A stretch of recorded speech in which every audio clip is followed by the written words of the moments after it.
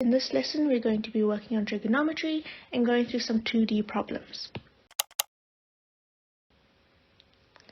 So for our first example, we have triangle ABO, which intersects the circle. We have that AB is a tangent at A to the circle with center O.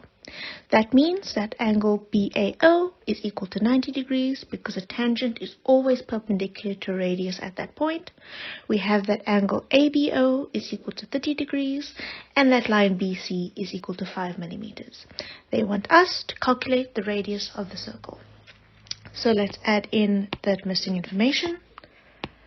So we know that angle BAO is equal to 90 degrees. We know that line AO is equal to the radius, and if angles of a triangle are equal to 180, we know that angle AOB is equal to 60 degrees. Immediately we can recognize this is a special triangle, so let's draw that out. So the special triangle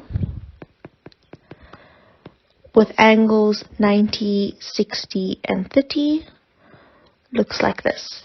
So if we put 60 at the bottom, 30 at top, this is 90 degrees. This side is going to be root 3, this side is 1, and this side is 2. So we're going to use the ratio between the sides to calculate what the ratio between the sides of our triangle is. So if we have this side over this side, that should equal this hypotenuse over this side. So let's write that out. So we know that 5 plus r over r is going to equal 2 over 1. Let's simplify that. We have 5 over r is equal to 2r if we multiply by r on both sides. If we take that r to the other side, we're going to equal 5 is equal to 2r minus r, and therefore r is equal to 5.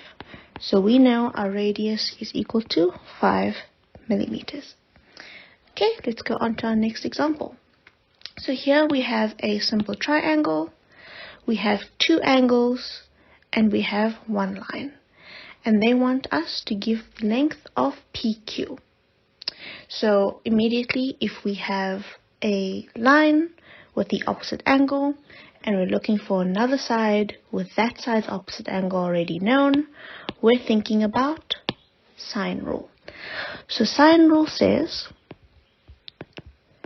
that the sine of an angle over that angle's opposite side is equal to the sine of another angle over that angle's opposite side. So if we apply that to our triangle, that means that the sine of PQR over line PR is going to equal the sine of PRQ over side PQ. If we plug that in, it means that the sine of 70 over 5 is equal to the sine of 50 over our line PQ. If we flip both sides to make it a bit easier, if possible, always put what you're looking for in the numerator. Okay, and then we're just going to times both sides by sine of 50 so that we can get PQ alone. We're going to get sine 50 times by 5 over sine of 70. And that is our answer. Now we just check, is that equal to one of our answers? And yes, it is. It's equal to D. So therefore, D is the answer we're looking for. Okay, let's move on to our next question. So here we also have another simple triangle. It isn't right angled, which means we can't use special triangles or our normal sine cos tan ratio. We are looking for line BC. We have lines AB and AC, and we have the angle between BA and C. we have 60, 5 centimeters, and 8 centimeters, and we're looking for the side BC. So immediately, if you're looking for one side, you have both of the other sides, and you have the angle in between that side, we are looking at cos rule. So cos rule says that line A squared is equal to side B squared plus side C squared minus 2BC cos of angle A. So very important with cos rule, make sure you keep in those squared, because otherwise you're going to get something wrong.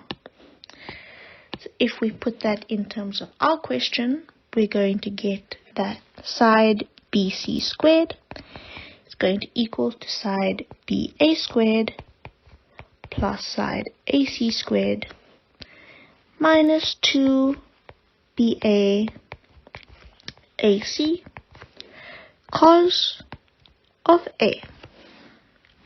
Okay, so let's plug in the information we have so far.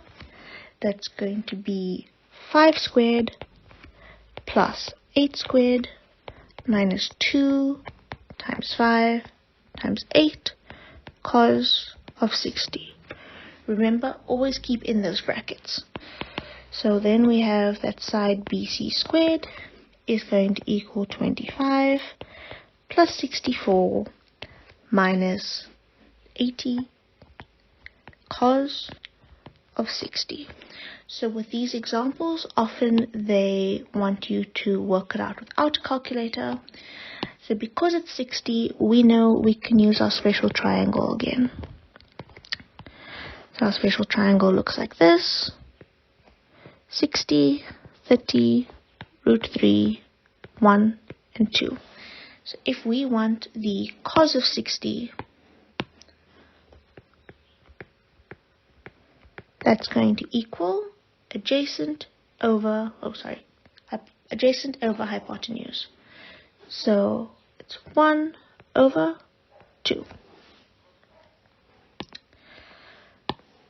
If we go back to our example, it's going to equal BC squared equal to 89 minus 80 times by a half.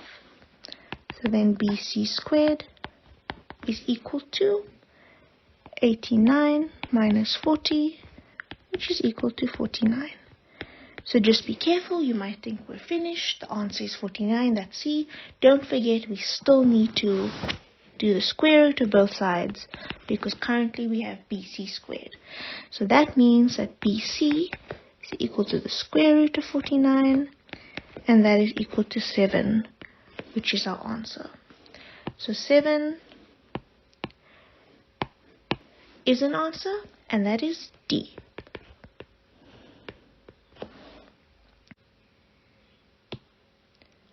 Okay, so for our final example, we have this triangle ABC, and we're trying to find the area.